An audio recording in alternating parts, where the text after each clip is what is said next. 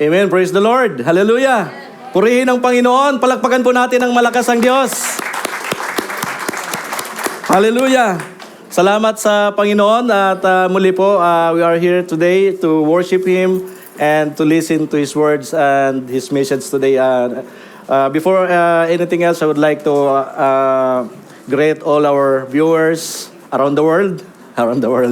So we have different brothers and sisters, in different countries. And also our bishop, now he is in Korea, I hope and pray that he is with us. And salamat sa Panginoon sapagkat pinadala po siya ngayon doon sa South Korea for a greater purpose.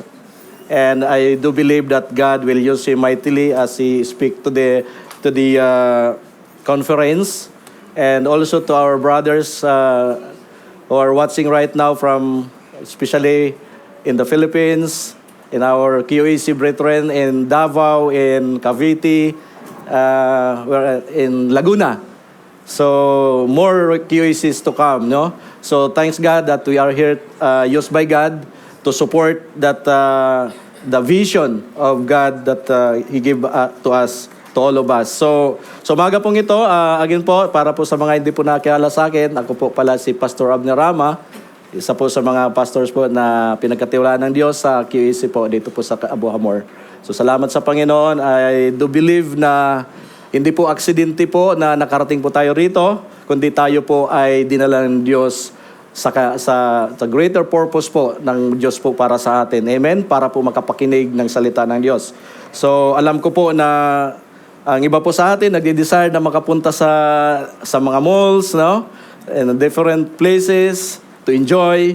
But thanks God that you bring us here to enjoy the presence of the Lord. Amen. So praise the Lord. Ang ating pong tema sa umaga pong ito, no, ay patungkol po sa cultivating in our relationship to our God. Amen? So umaga pong ito, when it comes, the word cultivation or cultivating, it's mostly narinig lamang po ito natin sa mga farmers, no? Mostly po, pag, sino po ang dumandi? Sino po dito mga taga-farm? Ako lang? May isa doon, sister. So, pero hindi po ako mayaman. Lumaki po ako sa farm. Hindi po ako mayaman, no? Kasi may mga lumaki po sa farm na mayayaman. So, praise the Lord. At salamat sa Panginoon that this theme for this month is very, napaka-buti po at napaka-timely sa ating pong paglilingkod sa Diyos. Sabi ko nga po, cultivating a relationship to God, no? So, ano po ba ang sinasabing cultivating or cultivation, no? So dito po, kung titingnan po natin, cultivating or generally means preparing and using for growing crops or gardening. So yun po yung narinig natin kasi nanggaling po ako sa school po na agricultural school. So kaya medyo nakaka-relate ako kung paano po on how the plants grows, on how you cared for the plant, no? So sabi po rito, it involves activities like tilting, no? Kailangan po daw na inaararo natin, or plowing and planting to promote the growth of plants. So kailangan po nililinis natin. Of course, kailangan po muna natin meron tayong lupain, ano? So we need the soil or the what we call this one, the tawag nito yung of course your farm, no? So kailangan po natin una sa lahat yon. So in order for us to plant the seeds or to plant the vegetable, kailangan po inaalagaan po natin ng mabuti. Tama? So the term can also be used more broadly to describe the process of developing or improving something such as a skill, relationship, or habits. So ito po yung mga bagay na nako-cover po about cultivation. Even we are cultivating our relationship sa ating pong family, sa ating pong in our co-workers, no? Our relationship bilang mag-asawa. So, kailangan po, meron po yung tinatawag na cultivation. Now, for example, ito po, sa agriculture, farmers cultivate the soil to grow crops like vegetables, grains, and fruits, no? Or fruits. So, pag gusto po natin, if we want our plants, our vegetable growing, kumbaga, ano siya, kumbaga, mataba, no? Healthy, kailangan po muna natin, yung po sinasabi natin kanina, kailangan po muna, we have to cultivate the soil. So kailangan po tanggalin po natin yung mga weeds, mga bagay na hindi po dapat doon manatili sa lupain na yon. So kailangan po natin inaararo daw, nililinis natin. So inaalagaan natin, kumbaga pinaplow natin, tinitilt natin para po maging pinipino po natin yung and then we put fertilizer para po maging healthy po yung pananim natin. Amen? So, kailangan din po natin sa plants po, kapag tayo po ay nagtanim na po ng vegetable, kailangan po ng vegetable yung sunlight. Tama? So, it powers photosynthesis, giving them the energy to grow. So kailangan natin yung sun para po maganda po yung tubo ng plants. Amen? Kapag wala pong, if the plants doesn't have sunlight, it will become yellowish. Hindi po siya magandang tubo. Tama? So, kailangan din po niya ng air. Carbon dioxide is crucial for photosynthesis and oxygen is needed for respiration. So kailangan din po, 'di ba po tayo, if we do not feel air, 'di ba nahihirapan po tayo huminga. Yung pag-breath po natin ay para tayong kinakapos. Amen? So kailangan din po 'yun ng pananim. Then nutrients. Carbon dioxide is crucial for the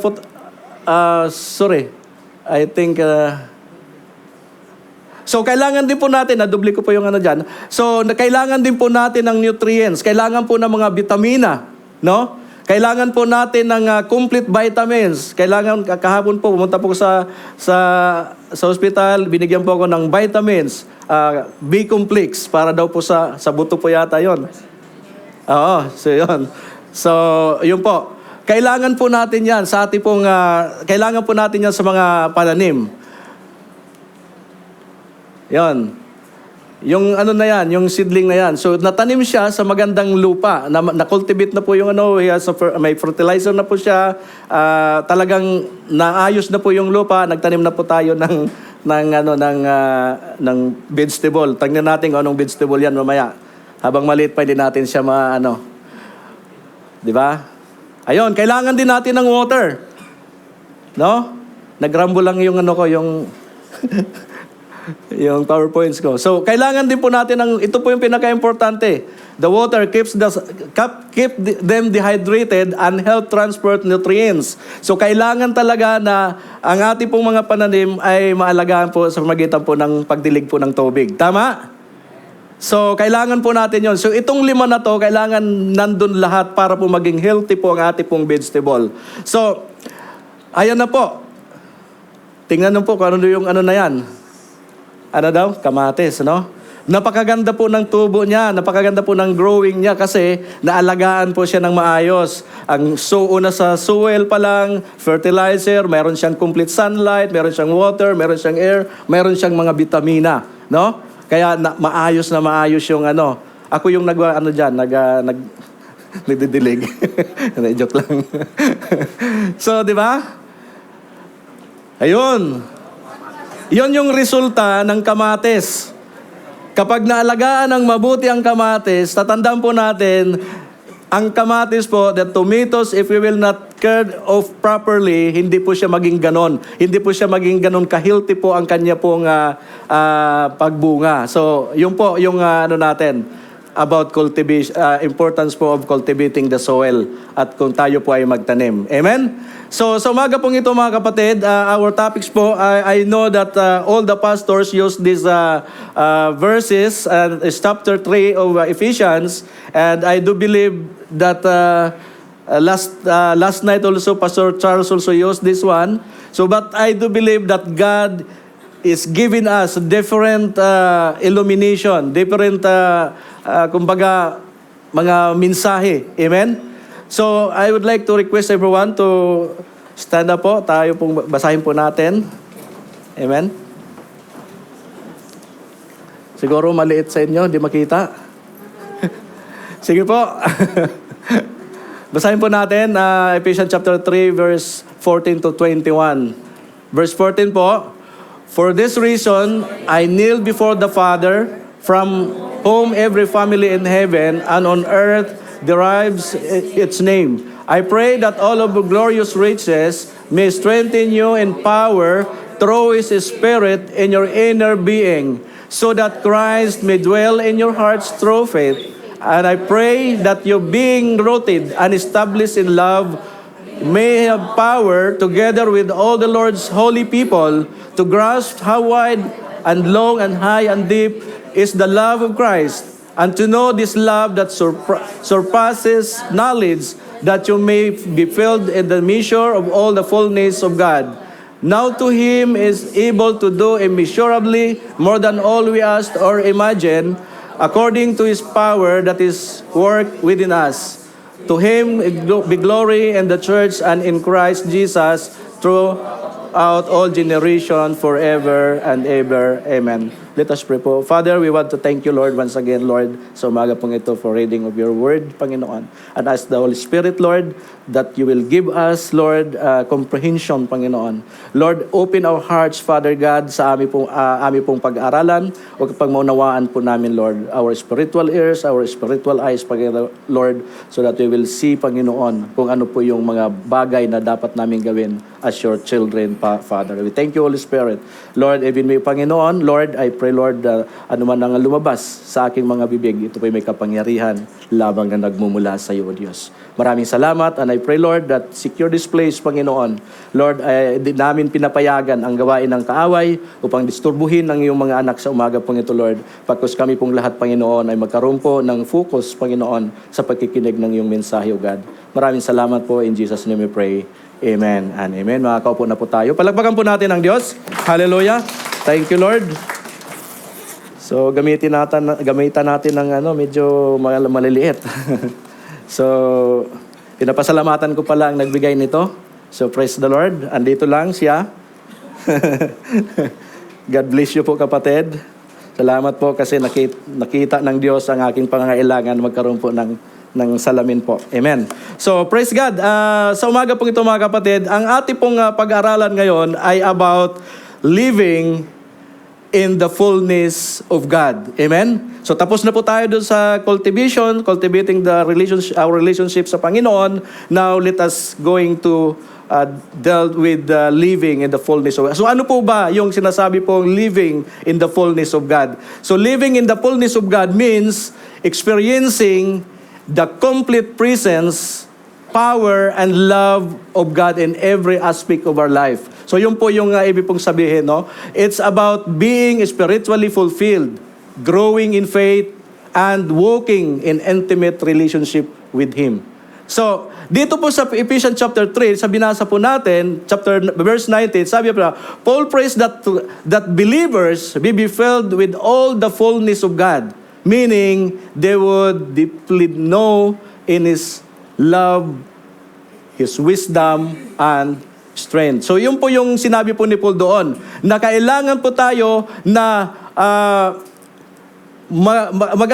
kumbaga manatili tayo, magkaroon tayo ng malalim na ugat sa ating pong pananampalataya para yung relationship natin sa Panginoon ay matibay at maging mamunga ng maayos po ang ating pong spiritual na buhay. Amen? So, ito po mga kapatid, sa umaga pong ito, dito lang po tayo iikot sa sinabi po ni Paul. Alam ko po na marami na pong mga na-explain po dito, marami na pong nasabi about this verse, about this chapter and verses. Pero tingnan po natin kung ano po ang gusto ni Paul.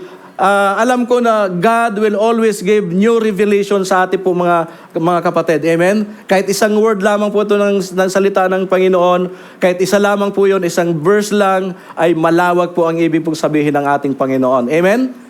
So, kailangan lamang po natin na ating pong tanggapin ang salita ng Diyos. Kailangan lamang po maunawaan natin Kapag ang salita ng Diyos ay bahagi sa atin, may ginagawa ang Diyos. Mahalaga lamang po na mayroon tayong pagtanggap sa salita ng Panginoon. Mahalaga po na mayroon tayong relationship sa Panginoon. Because if we don't have relationship sa ating Diyos, hindi po natin maunawaan kung ano pong sinasabi ng salita ng Panginoon. Amen? Kaya po sa umaga pong ito mga kapatid, ito pong living the fullness of God, no? Ito po ay isa po na-experience po ng ating pong we experience bilang mga anak ng Diyos, bilang mga lingkod ng Diyos. Ito po yung dapat ang ma-experience natin, yung presensya ng Diyos, the presence of the Holy Spirit sa ating buhay, no?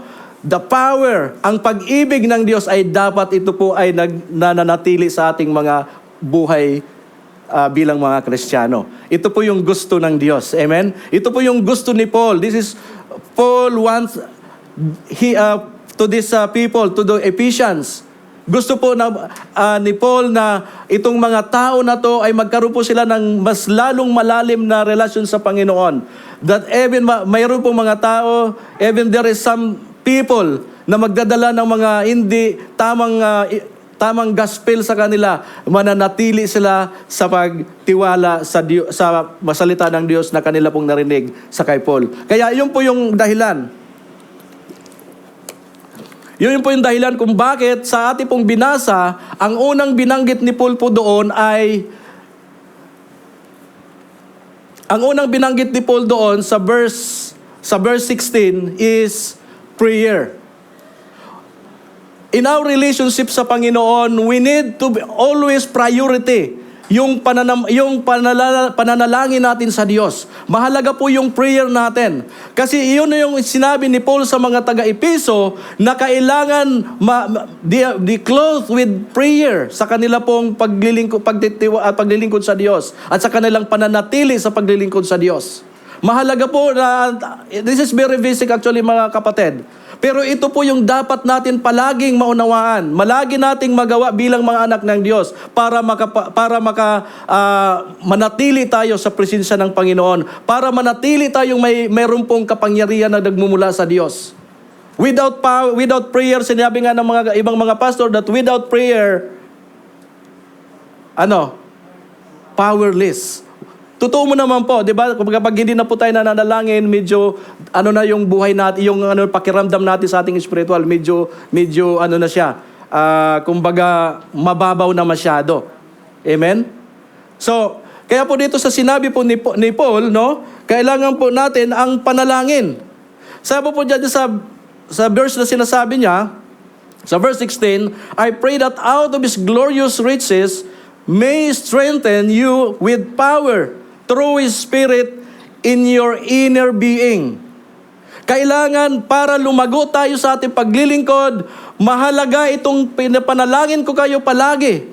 Kaya sa ating buhay po mga kapatid, mahalaga po that we are praying each other. Pinapanalangin nyo ako, pinapanalangin ko kayo, lahat tayo nagpapanalanginan. Mahalaga po ito para ma-strengthen po ang ating spiritual na mga buhay.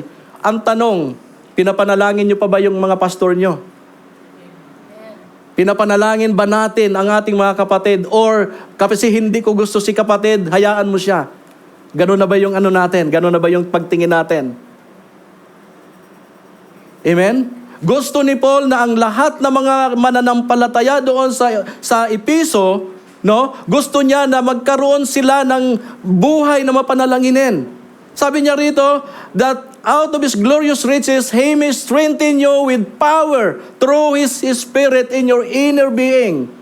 Kapag wala ang Holy Spirit sa atin, mga buhay, mga kapatid, hindi po tayo, ano po ang panalangin, list na po yung panalangin natin. Kaya gusto ng Diyos na i-clothe tayo sa mga panalangin ng bawat isa sa atin. Even Jesus Christ, nananalangin si Jesus Christ. Amen? Pinapanalangin niya yung kanyang mga disipulo. Hello? Mahalaga po mga kapatid, yung sinasabi po. Sabi sa verse 17, so that Christ may dwell in your hearts through faith. And I pray, palagi niya sa ilang beses sinabi that I pray that you being rooted and established in love. Pinapanalangin natin ang kapwa natin para lumalim ang kanilang pagkakilala sa Diyos. para yung salita ng Diyos ay manatili sa ating mga puso. Amen? Ganun po yung kahalaga na sinasabi po ni Paul sa mga taga-Epeso. Priority po ni Paul ang ipanalangin. His priority is to pray the brethren. Saan man sila just imagine na nasa kulungan si Paul in this time when he wrote this letter, he was in the prison in Rome. Pero nagawa pa niyang sumulat para i-encourage ang kanyang mga kapatiran. Amen? Ang iba siguro sa atin, because we have a lot of problems, a lot of na-encounter na mga problema sa buhay, difficulties in life, minsan hindi na natin naalala yung kapwa natin ipanalangin. Amen? So we need to pray, mga kapatid. Kailangan po natin na para mamuhay tayo, na yung sinasabing fullness of God. Hindi po tayo makapamuhay, hindi po tayo mag-live the fullness of God kung wala po tayong panalangin. Kaya sabi ni Pablo, kailangan natin, I pray that you're being rooted and established in love. Pati pa, sabi niya, para ma-establish lang yung pag-ibig doon sa mga kapatiran. Kasi bakit? May nakita si Paul, no? Na, kumbaga, yung mga Hudyo at mga Hintil. Akala siguro ng, kumbaga, kasi ang mga Hudyo lang ang pinangakuan ng buhay, no? Mayroon ding karapatan, sinabi ng salita ng Panginoon, dito sa binasa na mayroon ding karapatan ang mga Hintil na makalapit na magkaroon po ng pag-ibig mula sa Diyos. Amen? Para ma-establish yung pag-ibig ng Diyos sa kanila, kailangan natin na may pag-pray sila. Amen? So, idadalangin ko, sabi sa Tagalog, idadalangin kong sa pamamagitan ng kanyang espiritu ay palakasin niya ang iyong buhay espiritual ayon sa kanyang kayamanan at kadakilaan. Naway manatili si Kristo sa iyong mga puso sa pamamagitan ng iyong pananalig. Dalangin ko na ang pag-ibig ang maging ugat at pundasyon sa lahat ng iyong gawain. Amen? Si Paul ay nananalangin sa bawat isa sa atin na kailangan ang pag-ibig ang siyang manatili sa atin. Minsan, nakikita po natin na minsan na parang sa tingin natin, hindi tayo iniibig ng mga ng kapatiran. Ito yung gusto ni Paul kasi hindi naman po lahat talaga hindi naman po talaga lahat na ganun nakikita natin. Pero actually, kapag you have already Christ in your heart, ang pag-ibig ng Diyos ay narito na din po sa atin. Amen? Kapag tayo po ay tumanggap na sa ating Panginoon, if we receive the Lord Jesus Christ, our Lord and Savior, ang pag-ibig ng Diyos ay meron na andito na sa ating mga puso. Binabago na yung dati hindi tayo maibigin sa kapwa natin. Pero ang Diyos ay binabago natin araw-araw. Binabago tayo araw-araw. Amen? Dati masamang tao tayo. Dati marami tayong mga bagay na ginagawa na hindi nalulugod ang Diyos. Pero nung binago tayo ng salita ng Panginoon, nung nakareceive tayo ng salita ng Diyos, binabago tayo ng Diyos. Amen? Yung kaloob-looban, ang buhay natin, lahat, ang puso natin, binabago ng Diyos kapag tayo ay lumapit sa Diyos. Amen? Kaya sinabi na, dalangin ko ng pag-ibig ang maging ugat at pundasyon sa lahat ng iyong gawain. Kahit anong gagawin natin sa paglilingkod natin sa Diyos, kung hindi natin na unawaan ang pag-ibig ni Kristo sa atin, hindi natin kayang ibigin yung kapwa natin. Amen? Kaya kailangan manatili yung pag-ibig ng Diyos. Kailangan ma-acknowledge natin na si Kristo ay Diyos ng pag-ibig. Amen? In Luke chapter 6 verse 12, sinabi po rito, one of those days, Jesus went out to a mountainside to pray and spent the night praying to God. Si Jesus, palagi siya nagbibigay ng oras. He always set aside the time to pray to the Father. Amen? Ito po yung nais ng Panginoon sa atin, that we have always spent time with Him. Spend time in prayer sa ating pong Panginoon. Kagaya ni Jesus. Si Jesus po ang ating pong great example po sa pagdating po sa mga panalangin. Kahit anong mangyari sa Kanya, meron talaga siyang sinisit aside to pray to the Father. Amen? hanggang sa malapit na siyang ipako sa cross, nandun pa rin yung panalangin niya sa Ama. Amen?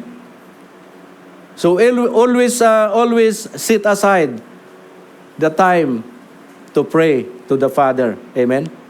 Kaya ganun po yung sinasabi ka na yung fullness of God, yung kapangyarihan ng Diyos. Kaya makikita po sa atin kahit hindi tayo, hindi naman tayo nakatapos ng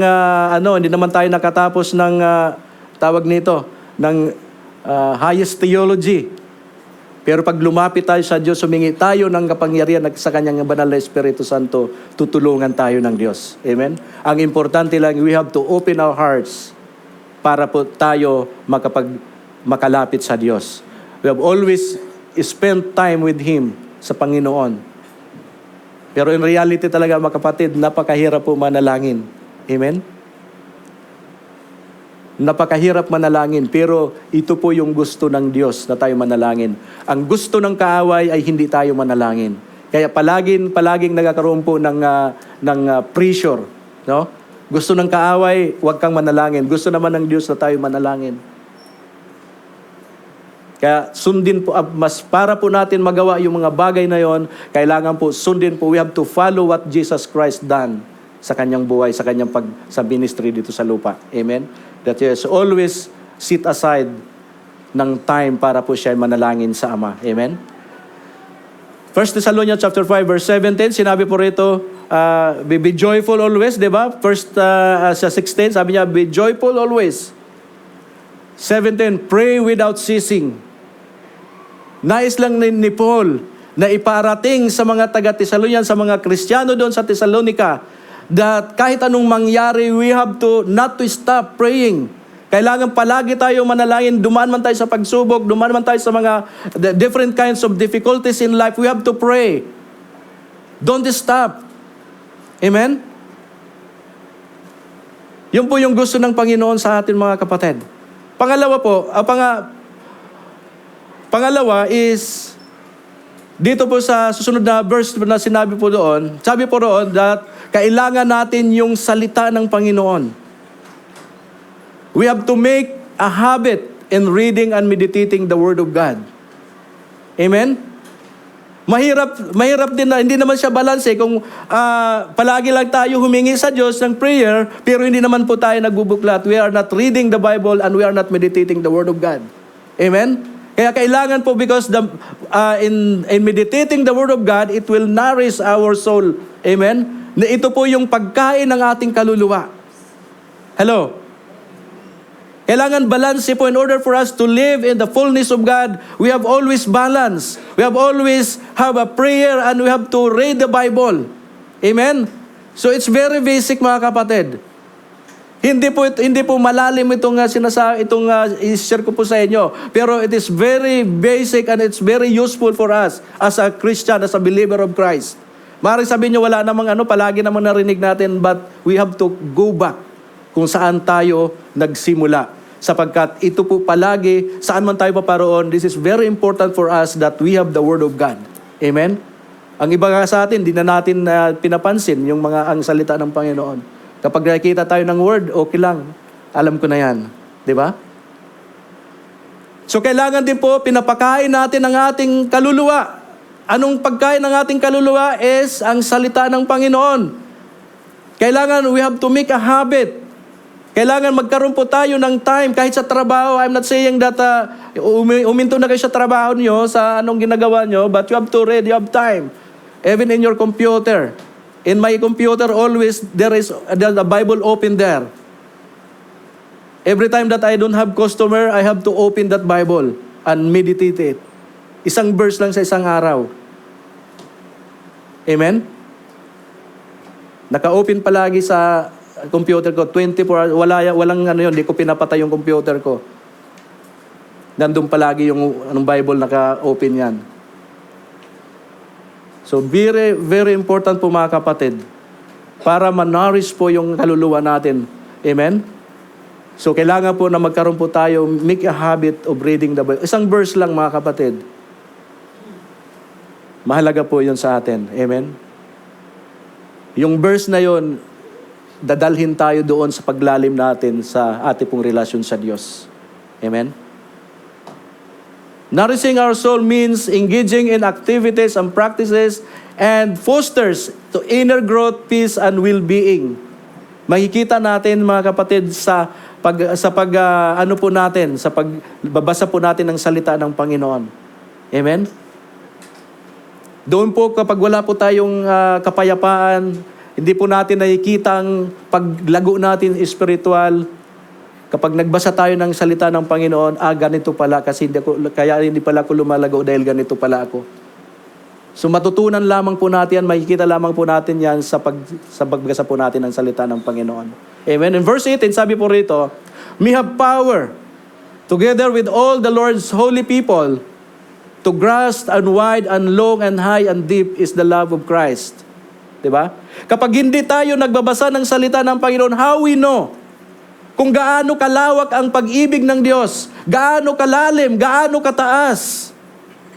Kapag hindi tayo nagbabasa ng salita ng Panginoon, hindi natin malaman. Kaya yung gusto ni Paul sa mga taga-Episan, gusto ni Paul na makita nila, na magkaroon po sila ng kapangyarihan, together with all the Lord's people. No? Sinabi niya, kayong lahat, na malaman ninyo na ang pag-ibig ng Diyos ay sobrang lawak.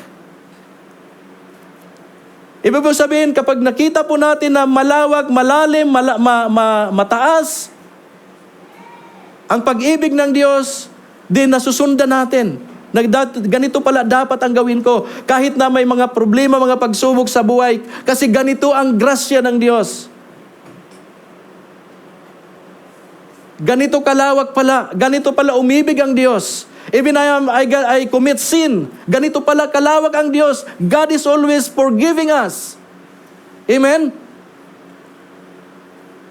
Paano natin malaman kung hindi ka nagbabasa ng salita? Nagkasala ka ngayon, nagkasala tayo.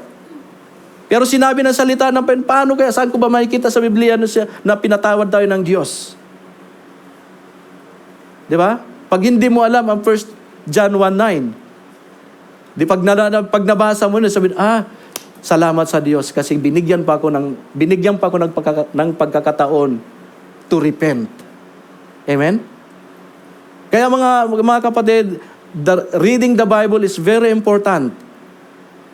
Amen? Napakahalaga po. Hindi lamang po tayo nakikinig ng salita ng Diyos, kundi magbasa din po tayo.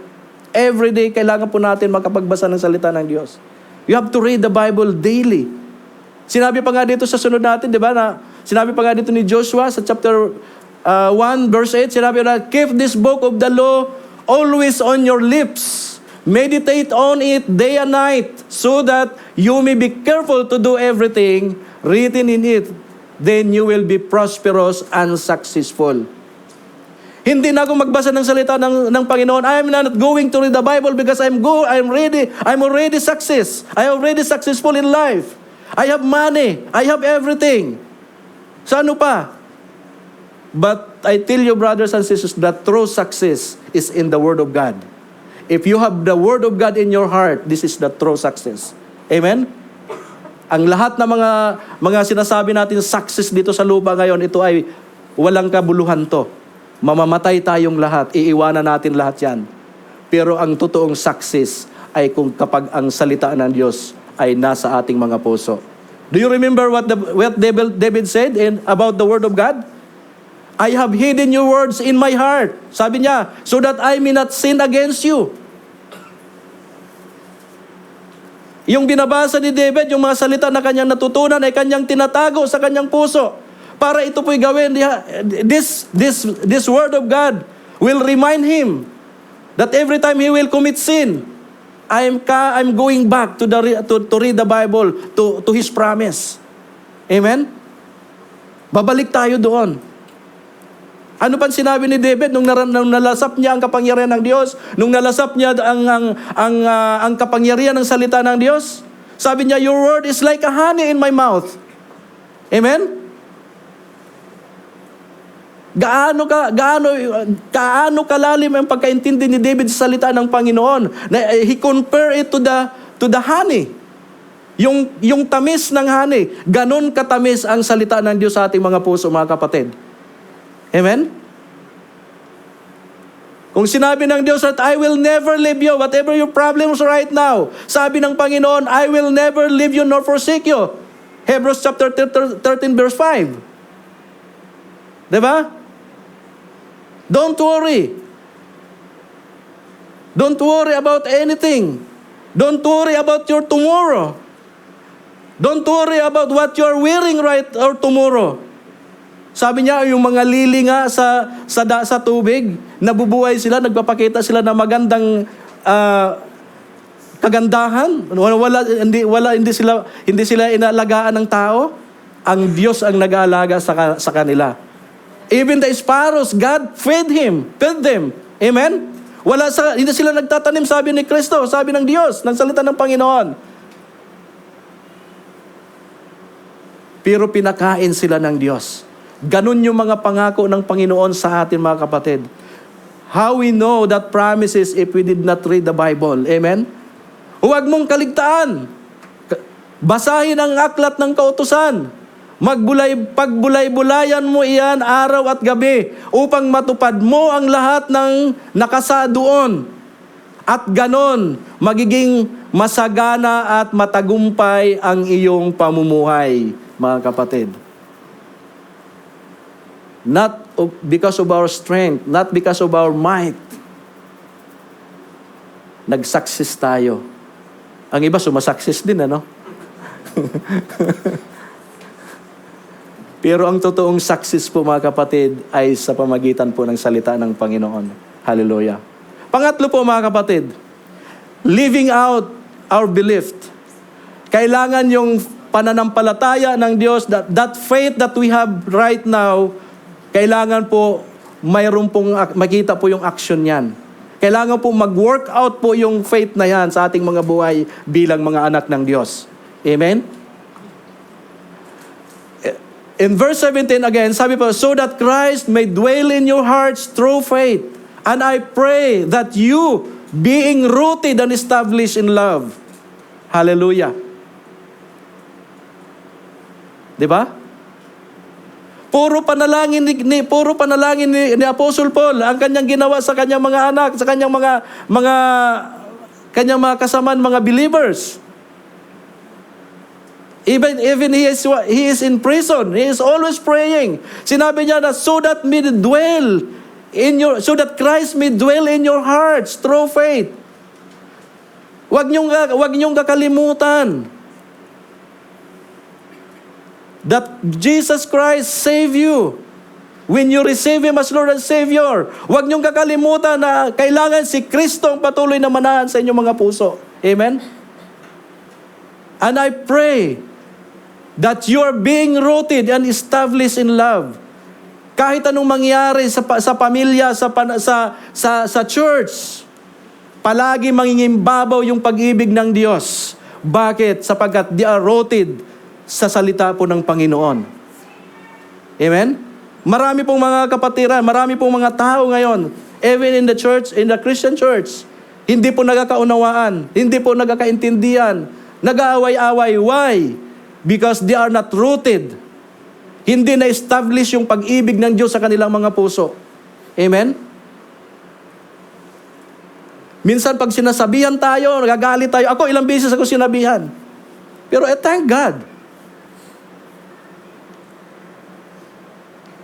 Maraming mga tao na ayaw ako.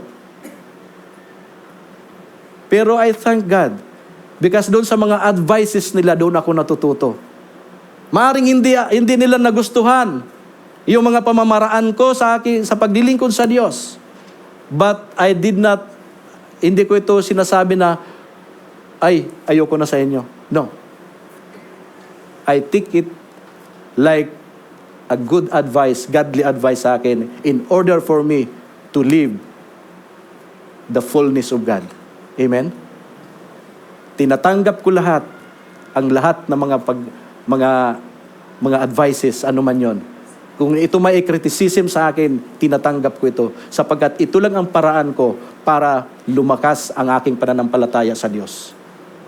At pinapasalamatan ko ang mga tao, mga kapatiran, dahil kung hindi nasabi sa akin, hindi ito magiging sa aking buhay.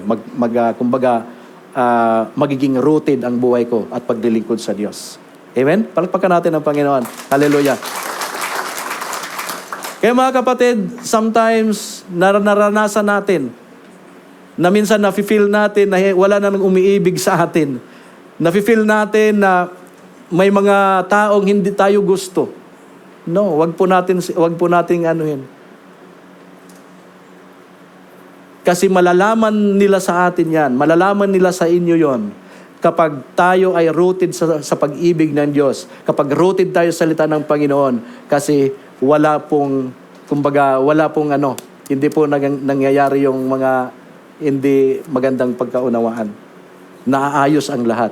Ang lahat po ng mga believers na rooted sa salita ng Panginoon, kahit man anong pinagdadaanan, anuman yung mga bagay na ating pong na-encounter sa buhay, nagpapasalamat tayo sa Diyos. At ito ay tinitake nila na ito po yung nagpapalago sa kanila sa pag-ibig sa Diyos. Amen? Ito yung prayer ni Paul. And then this is also my prayer sa ating pong lahat, na manatili ang pangalan ng ating Panginoong Kristo sa ating mga buhay sa pamagitan ng ating pananampalataya. Amen?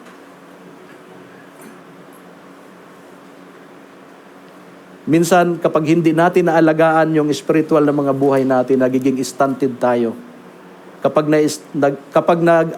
Ang halaman, it become stunted, how many weeks it will be wither, or ito po ay mamamatay.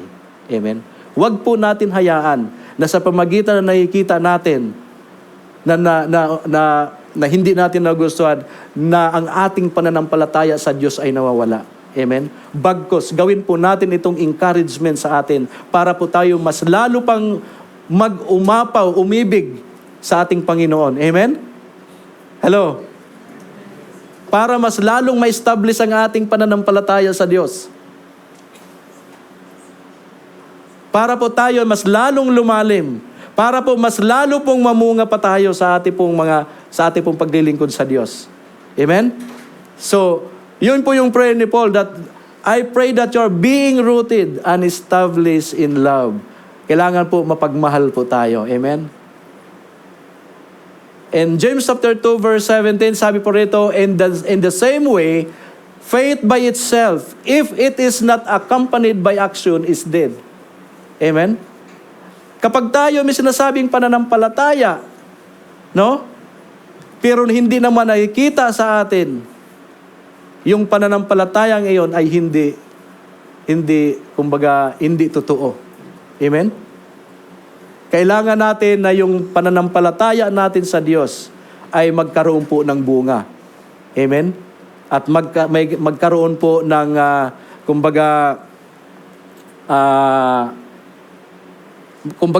yung faith na yun mananatili. At may nakikita po at mayroon pong progreso. Amen? Hello? Amen? So, yun po yung natin. Kailangan yung pananampalataya natin ay magkaroon po ng aksyon. Hallelujah. Number 4 po, growing together. Mahalaga po mga kapatid na meron po tayong community. Kaya meron po tayong mga seal group. Meron po tayong mga Bible study. No? Mahalaga po yung na lumalago tayo sa ating pong pakikipag-isa po sa ating pong mga kapwa mananampalataya. Kaya kung sino pong wala pang mga seal group, mahalaga po na mag-engage po tayo sa mga seal group po natin. Amen?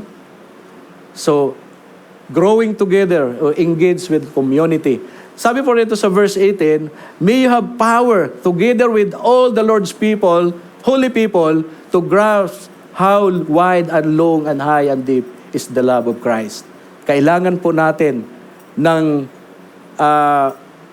kailangan po natin yung kapwa natin.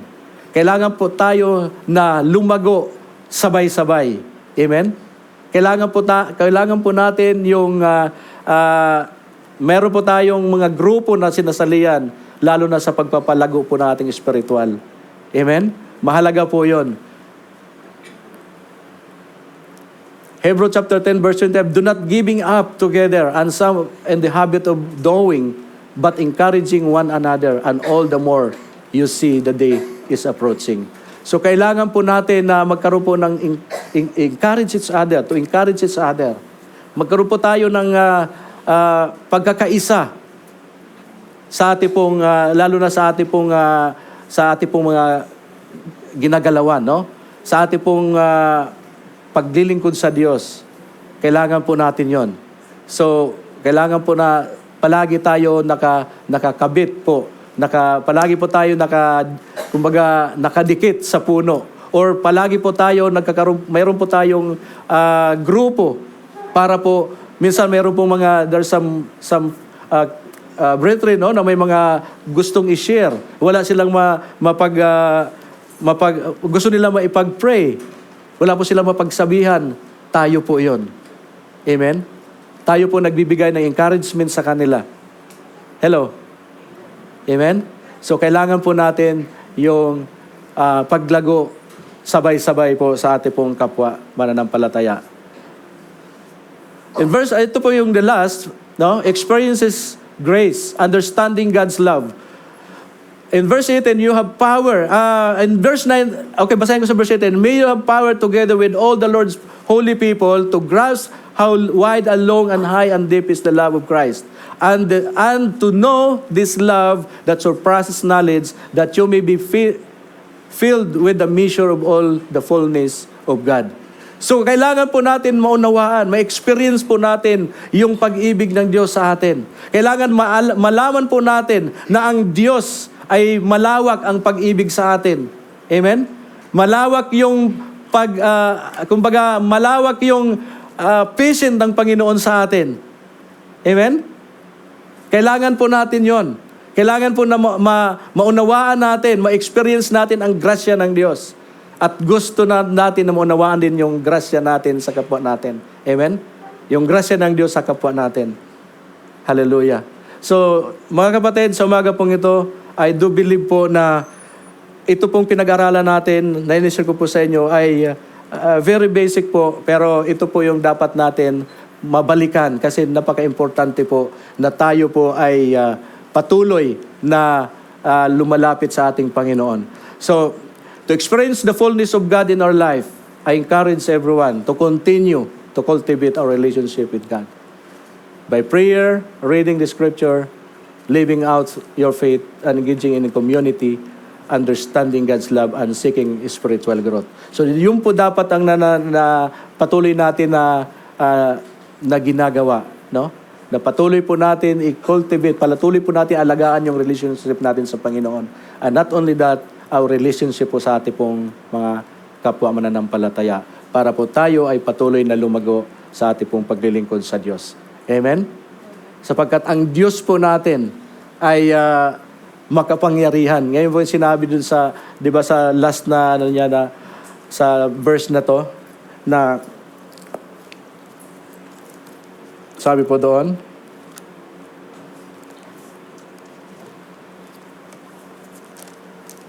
yung verse 20, sabi po, now to Him is able to do immeasurably more than all we ask or imagine, according to His power that is work within us. So mga kapatid, sa umaga pong ito, kapag ang ating pong buhay ay patuloy natin ilapit sa Diyos, patuloy natin ipagkatiwala sa ating Panginoon, alam po natin na magagawa po ng Diyos ang lahat para sa atin, para sa ikaunlad ng ating pananampalataya at sa paglalim ng ating pananampalataya sa Panginoon. Amen? Tayo po tumayo.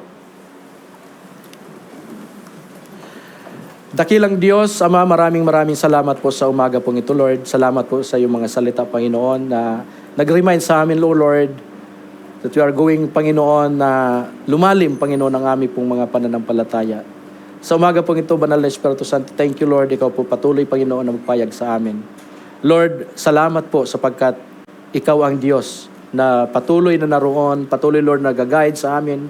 Patuloy, Panginoon, nagpapaalala, Panginoon, sa pagitan po ng iyong mga salita, O Diyos. Thank you, Lord, na binigyan mo kami ng pagkakataon upang patuloy na lumapit sa iyo. Patuloy, Panginoon, na magmuni-muni, mag-meditate, Lord, na yung mga salita, O Diyos. At patuloy, Panginoon, na binibigyan po kami, Panginoon, ng panahon para bumalik sa iyo, O Diyos. Lord, para itaas ka, Panginoon, para ibigyan ka, Panginoon, ng papuri, Panginoon, sa lahat ng aming pong mga ginagawa, O Diyos. Ama, sa umaga pong ito, Lord, maraming salamat, O God, na ikaw po, Panginoon, ang patuloy na magsilyo ng mga salita mo, O Diyos, sa aming mga puso, na ang aming pong mga salitang ang nanarinig sa umaga pong ito, Lord, ito po'y patuloy, Panginoon, na magkaroon po, Lord, ng aksyon, Panginoon, sa aming pong mga puso, O Diyos. Forgive us, Panginoon, Lord, kung minsan hindi po kami patuloy na naroon ang aming pong desire sa panalangin, sa pagbabasa ng salita ng Panginoon. Lord, salamat sapagkat patuloy ka na, Panginoon, nagre-remind sa amin, Panginoon. Lord, forgive us, Panginoon, and this day, Lord, dalangin namin na we have to start again, Panginoon, upang magawa po namin, O Diyos, ang mga bagay na aming pong narinig sa umaga pong ito. Maraming salamat po. Sa iyo po namin, Lord, ibinabalik lahat ang papuri, pasasalamat. In Jesus' name, Amen and Amen. Palakpakan po natin ang Diyos. Hallelujah. Praise God.